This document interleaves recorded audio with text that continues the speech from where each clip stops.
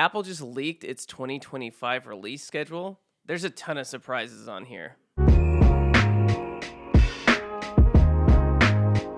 Welcome to the All Future Podcast, where we talk all things tech, AI, and oftentimes Apple. And today we're talking about Apple's 2025 release schedule in regards to software, hardware, everything we're expecting to see next year. There are quite a few things. I think some of it's expected, some of it's unexpected, some of it's exciting, some of it is not that exciting.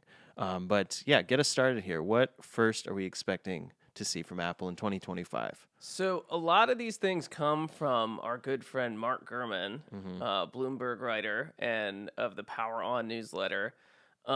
Him and a few other people are the ones who just get everything about screens coming from China and chips coming from China and manufacturers, and they compile all this data to give us a really, really accurate picture of what might happen in the entire next year of 2025. So we've compiled leaks all from 2024, all about 2025, what might be coming in 2026, and it's a full Apple lineup next year. Yeah.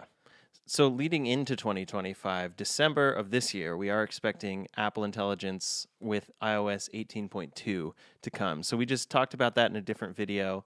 The developer beta is already out there for 18.2, but these features will be coming to the general populace. Wow, that was a fancy word. General populace. That was look at me. No, to the general public in December of 2024. So leading into 2025, we'd get that. But then 2025, early on, is when 18.3 would come with some additional features. And I think the rumor right now is like the true updated Siri with a better voice and better natural language understanding should be coming in early 2025 if it doesn't get pushed. Hopefully. We'll see. And really, we start to get stuff in the spring. So around March, we're looking at iPhone SE. So we have talked about the iPhone SE a lot here, that it's going to be the best budget phone you can buy in Apple world. They're looking at a price target of around $500. One camera, I believe 12 gigs of RAM. It's made for Apple Intelligence, and it's a real workhorse phone for that price point, and should be the phone that 90% of people get from Apple if they don't want their flagship phone and want something cheaper. Yeah. It's going to have Face ID. It's not going to have your home button for all of you people addicted to that home button still, so your mom might not want to upgrade. But for everyone else who's budget constricted or just likes the feel of an old phone or doesn't need the newest best, it will have 90% of the features that even a Pro phone would have. It just doesn't have the extra camera lenses, but really there's not a lot of difference between those two phones. The gap is really closing. So yeah, especially when you're just looking at your day-to-day features. There's going to be stuff that you can do on the Pro phone. There's the Pro Motion display. There's the camera shutter button. There's all this stuff that you do get used to in time when you have the Pro phone. But when you think about how often you're actually using those features and the price differential there, this is going to be a great phone, and I'm excited to see Apple Intelligence coming on their cheapest device. I think this one will really make the SE more of a really great product at its price point at like $500. The Apple Watch, I feel, is there now to where you can get an Apple Watch SE, and it's great. It's not just like this, you can get the cheaper version, but it kind of sucks compared to the other ones. This will be really solid. So that is rumored for spring of 2025, along with an updated version of the iPad Air. Yeah, I don't think we see too many things coming for the updated version of the iPad Air, just a general refresh that we see all the time, updated processor, no new screens, nothing crazy. Yeah. The real thing that's coming at the iPad event is an updated base model iPad. So the iPad line is extremely confusing. There's the iPad Mini, the iPad Pro, the base model iPad that we're talking about, which is iPad with no suffix after or whatever, and the iPad Airs. Yeah. And so this is just the base cheapest model iPad. Right now these retail for $350. Everyone has one of these lying around somewhere in their house for some reason. I don't know. it's either, you know, really old generation, but everyone has some base model iPad. Mm-hmm. Mine runs so slow. I use Yeah. it for watching videos and as a second screen. And man, like I updated to iOS 18 and Oh, does not run fast. So yeah. I'd be maybe interested in updating a Mm-hmm. base level iPad for $350. Mm-hmm. Yeah, and this is also geared towards a lot of schools and larger purchases, I think, there. So it's good to see an upgrade here. It's basically going to be the same design as the current version, but getting a speed boost. And then the question is, will it get an Apple Intelligence boost? I would guess yes, it would get that, but we're going to see about that. They may have summer 2025 is when we usually see WWDC come around. Mm-hmm. We are barely going to scratch the surface of the Apple Intelligence features that they announced at 2024's WWDC. So I'm really curious as to what they would announce that the future of Apple Intelligence would look like for 2026. Are they going to listen to people from the backlash that you announced way too many features way up front? Did you really think you were going to get through all those features that you announced in 1 year? Mm-hmm. Did you know that the timeline was going to be much longer? We've even mentioned that the next thing that we're going to talk about, the iPhone 17, all your features for Apple Intelligence aren't even going to be out until the iPhone 17 comes out. So was it even worth it for someone to upgrade to the 16? We did because we were on old gens anyway. So I think it was time for an upgrade. But yeah, and we also, I don't know, we talk about it on this podcast, so it's fun to have the latest version to talk about. And then I just generally like tech and being an early adopter and experiencing stuff, even when it's in beta. And I kind of like the process of seeing it get better in time. But not everyone wants that. A lot of people just want solid features today. And so, yeah, waiting for the 17 is really, it really has made a lot of sense, I think. That's when Apple Intelligence, a lot of these features will actually be dialed in. But I talked earlier about Siri being improved with 18.3, but there's also a rumor that the true updates, like beyond just a little bit better voice, the updates that can understand personal context and handle requests and actually make actions for you and look at your screen and what's on it and understand and make actions for that, that will come in iOS 18.4 sometime around March. So that's another 2025 release. That I guess would be ahead of WWDC. yeah, correct. So that I bet that's kind of their goal timeline here is they need to have these features in people's hands before WWDC so they don't have to eat their words on that. Yeah, and it seems like what they're going to be doing then is announcing another set of features that's going to really hit by December 2026 and be done by the next WWDC. Yeah. Which is, people don't like that. I'd rather know what's coming. What really sold me on the Meta Ray-Bans, we talk about these way too much here, I guess, but was that it said there was multimodal image features coming. So it can look at what you're seeing and tell you about it. Yeah. And so that took 6 months to get. They sat in, I used them once, and then they sat in my house for 6 months until that update was there, and then I pulled them out again, and then it's like, oh, okay, these are actually usable in a way that makes sense now. Yeah. And so, yeah, you don't want these features happening on an iPhone, especially if they're using them, you know, now with Apple Intelligence. Well, now, like this week, it has Apple Intelligence, but you've been selling the phone for almost 2 months now. So yeah, I've seen a bunch of I think it's T-Mobile commercials that have Snoop Dogg in them, and he's like the first iPhone built for Apple Intelligence. And those have been going for weeks, and it's like, and then in it, there's the user getting it and being like, these features are great or something like that. And I'm like, it doesn't have them. Yeah, they're not even on there. It's just a funny thing that the marketing is so heavily on features that have not yet been delivered or are getting a staggered release. But we could go on about that forever. I mean, that's everyone knows that is their approach at this point. I'd just love to see them catch up to a degree to where they have WWDC. And I guess at WWDC, they always do kind of announce the iOS that's coming ahead of when it's actually releasing. It's not like, here's these features, they're here today. So we're kind of used to that, but it's just different because it's like, this is what they're selling the phone for, is these features, and then you have to wait. So we'll see if they can catch up a little bit to where by this coming WWDC, we see features that arrive very quickly as opposed to like, oh, these are coming within 9 months before the next iPhone or whatever. But we'll see. And then after that is more products. So you talked about the iPhone 17, 17 Pro. The 17 Air is another of the big ones that has been rumored, and we've talked about quite a bit. Kind of a like more, it's geared towards the Pro side of things, and it's a new form factor, and will hopefully distinguish it from other versions of that phone. But then will be a little simplified. The rumor is a single camera on the back. So kind of, I don't know, like an SE Pro. Yeah, that's what I was just gonna Yeah. say. SE Pro is kind of like the way to think about it. Yeah. That would be hilarious to see them call it an SE Pro. That's never gonna happen. But yeah, that would be hilarious. Just destroy their product lineup and make it more nomenclature. confusing. SE Pro Max. Yeah, exactly. iPhone 17 SE Pro Max. That's a mouthful right there. Yeah. Would you buy an Air versus the Pro or the other stuff? I would have to see it, but I feel like I'm so pro'd out at this point. I probably wouldn't, but I'd have to see what the differences are. I got the 16 Pro, and they don't sell leather cases anymore, which I'm thinking of switching, but I got a silicone case, and the weight of it was about half the weight of the 14. That's the thing I noticed the most.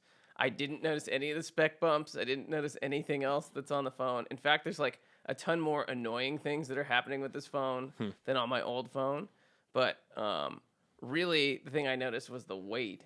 And so in my mind, I don't know how much I use Pro features. Am I using my camera to do a bunch of crazy things? How often am I using the zoom lenses to where I notice? And you won't notice that until you switch to something else. And then you get something back, and you're like, oh, man, like I really wish I had that telephoto lens right now, or I really wish. So I'm probably in your camp. I'm probably going to stay in the Pro world just because, there's a lot of social media done in my world or those sorts of things where those cameras become important, and you don't want to find yourself without one. But I'm like Matt, where I'm like, oh, but that new design, and like, why can't you do something like that with the Pro? Like redesign the Pro for us, or, Yeah, I am a sucker for a new design, even if it's not the best, most up-to-date product, I guess. Like, I guess if they made an Apple Vision Air that somehow looked cooler and, I don't know, just seemed cooler but actually had less functionality than the current one, it'd be like, oh, I don't know. Maybe, let me check it out. Let me check it out. Maybe I'd like it. And it's just something about that new design thing. And they kind of tend to do that a lot with their products because they have their Pro products that don't cycle quite as much. I guess like I'm thinking computers. Like the Mac Studio or something isn't changing as often. Yeah. And that one's still on like M3 and probably will be the last to be upgraded to M4, which we can talk about in a second.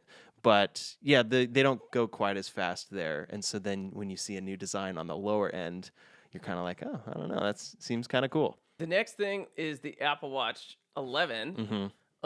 We got a ton of rumors this year that the Apple Watch 10 was going to be a total refresh. Yeah. None of that came true, but that doesn't mean it can't come true for 2025.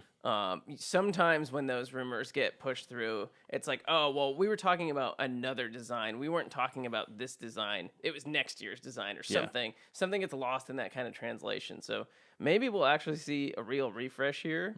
I think the Ultra looks great. I think the Apple Watch has a classic look to it, but you have the SE.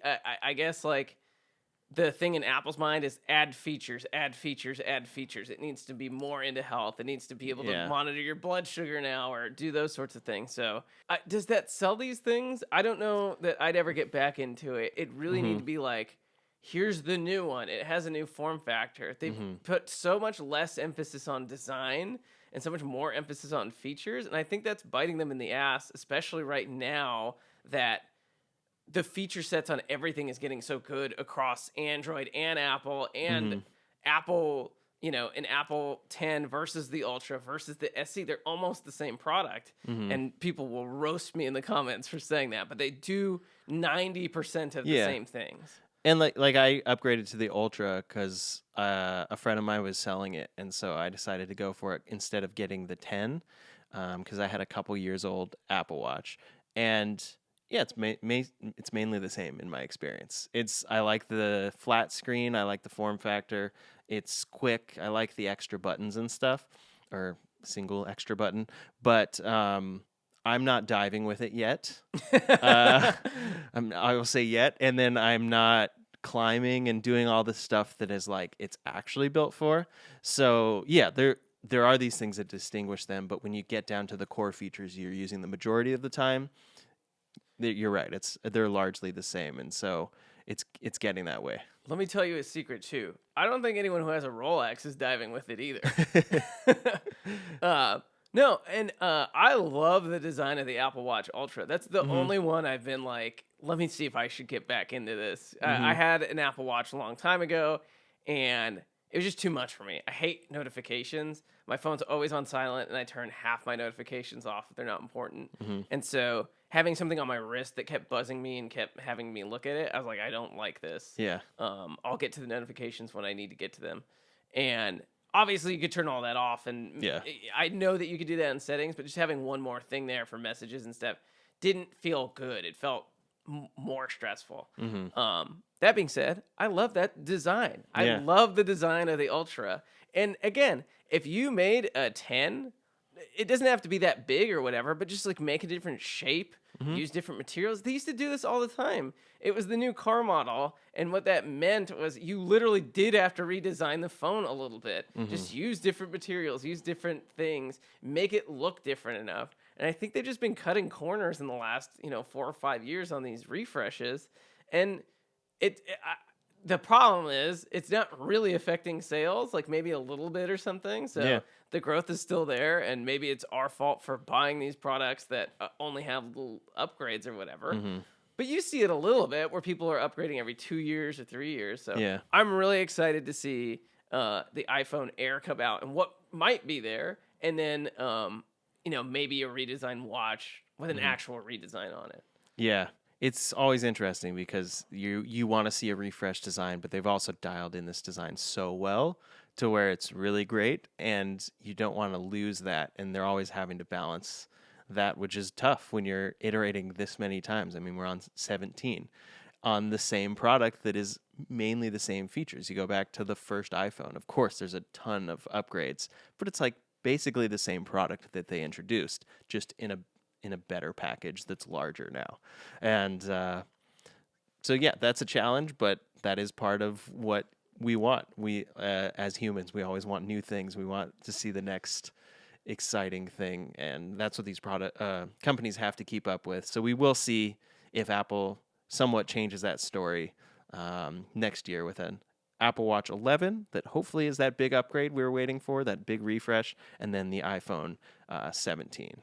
So that brings us to late 2025, usually reserved for laptops, but we will see a big improvement that we're seeing hopefully coming next week, or by the time this comes out, it will have been announced, which is the M4 MacBooks, iMacs, and Mac Mini lineup coming out.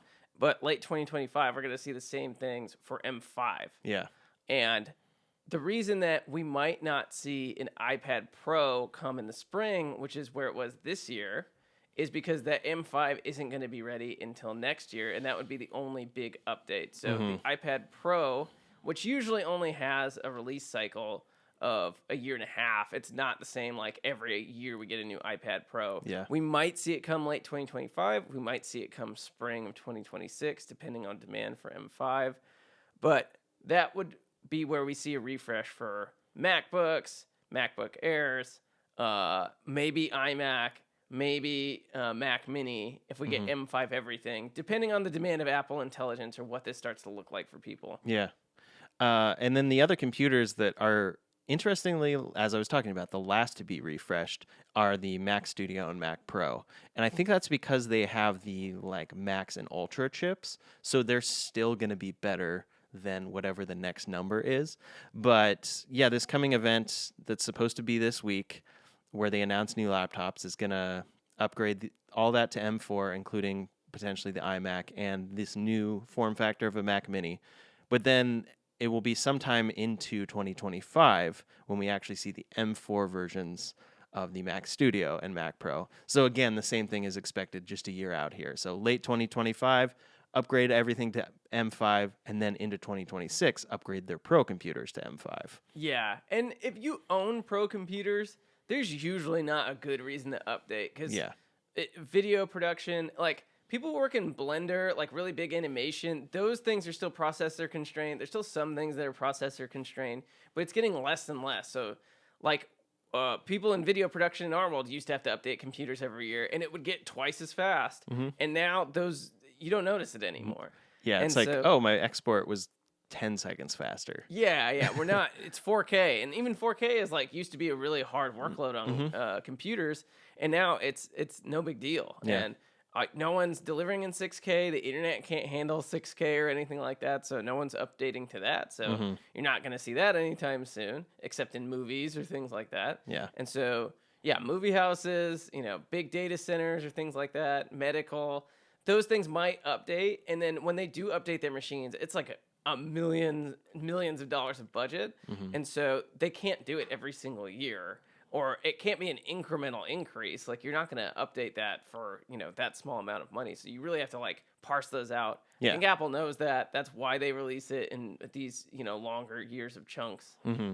Yeah, because it's a lot different to upgrade your $1,000 MacBook than it is to upgrade your $5,000 or $6,000 Mac Studio that's spec'd out. You're not going to be doing that as regularly as the cheaper product, of course.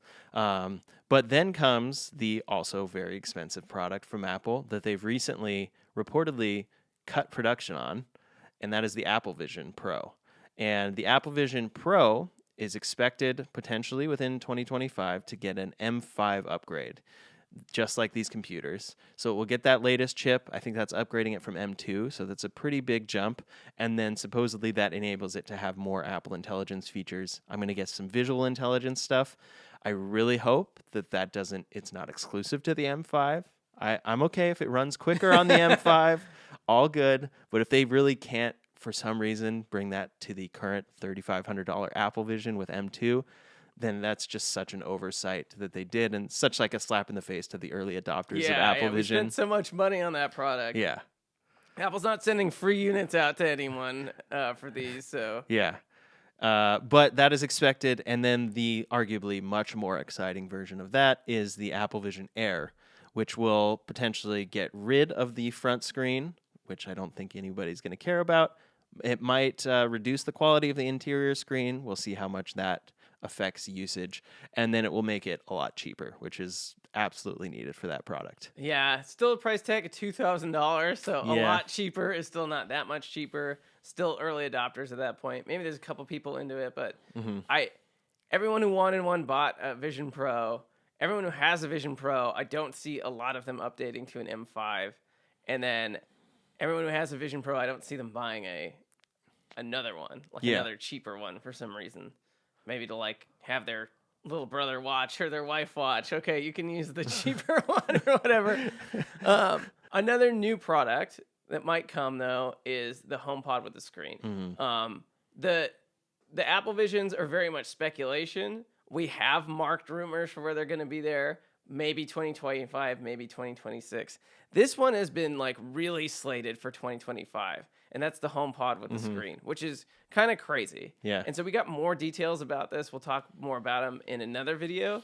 But what they're kind of saying is one of those old iMac bases that kind of looks like a half of a sphere with like a big rod coming out of it. And the screen, they said, is now square that looks like two iPhones side by side. Wow. So not a big giant, computer screen, but like this little sort of thing. And it's always been called, in their words, a robot, the first Apple robot that will be in your house, because it will be able to automatically look at you wherever you are, which is a loose definition of a robot. Yeah. But I'd get one of these if it did a lot of cool stuff in the house or had Apple Intelligence or was just an easy thing to like use, all the promises they had for Apple Vision when you're cooking or all these other random tasks, just to have a moving iPad that can move with me while I'm trying to do a recipe or something. That's worth like $800 in the house. And, as replacing the HomePods and things like that. Yeah. And it would have to be a great speaker as well, of course. I think if this releases with current Siri, I will laugh at it as a product. It has to have the updated Apple Intelligence Siri and it has to be much better because I have HomePods. I deal with Siri a lot for home commands. I have smart lights and stuff. And sometimes it's just an absolute joke. Even asking for a song to be played, like a very specific song, and I'll ask for like a very niche jazz song, and then it plays like modern hip hop or something, which they're just not the same at all. So it's always funny how wrong it can get stuff. So if they're gonna release an $800 HomePod with a screen, it better have the best voice assistant. Yeah. That's my opinion. Ryan has a ton. He sounds upset. He should be, because he owns a ton of this stuff, and he's super into home automation. I own a HomePod Mini, and I did own like the $400 HomePod back in the day, but it broke, which I'm upset about and never got fixed. So I will say, fantastic speakers. Yes. Fantastic speakers. But I never used them as home devices. I didn't go out and get all the lights and try to automate everything. Yeah. I'm always renting, so I'm like, I'm not going to rent and put in all these like crazy lights and then take them all out after I leave. That's crazy. So when I buy a house, sometime soon, hopefully, the lights will go in. Yeah. But yes, they'll have to have this screen with the new Apple Intelligence. But we just don't know how good it's going to be. Yeah. And you'd hope it, because the ChatGPT advanced voice assistant is so good. Yeah. And now one from Meta's around the corner that has like good emotional inflection. All these companies are starting to get their voice assistant in order. Apple really has to get this in order for themselves, or it's not going to work out for them. It would be so easy for someone like Amazon to partner with OpenAI and then just kill this whole world or whatever. Or Amazon's probably the same 2 years behind Apple is in this field. If you don't know, everyone's trying to make their own LLM. Everyone wants their internal LLM. And in 5 years, they're going to have their own LLM. But whoever makes it first might be integrated into all these products first before they can get rid of them. So even if OpenAI does or Meta have these like gaps, they're going to get closed in a very short amount of time. And the cost of this thing is going to get like extremely low and almost to zero. And no one's going to be able to make money off of these features. So really, Apple has the huge advantage of being able to sell these products to people. Whereas someone like an Amazon can't sell an $800 Amazon show to someone, that's never going to work. So we'll see how this plays out. I would really hope that it has good integration, but I would think that in 5 years, it will have good integration no matter what. Yeah, we'll have to see what that product ends up being, but there's a lot of stuff coming from Apple in 2025, a lot of it on the software side through Apple Intelligence, and then their products keep rolling. We are going to see new iterations of all that and potentially some new ones. I would be most excited about a cheaper Apple Vision and then this HomePod with a screen.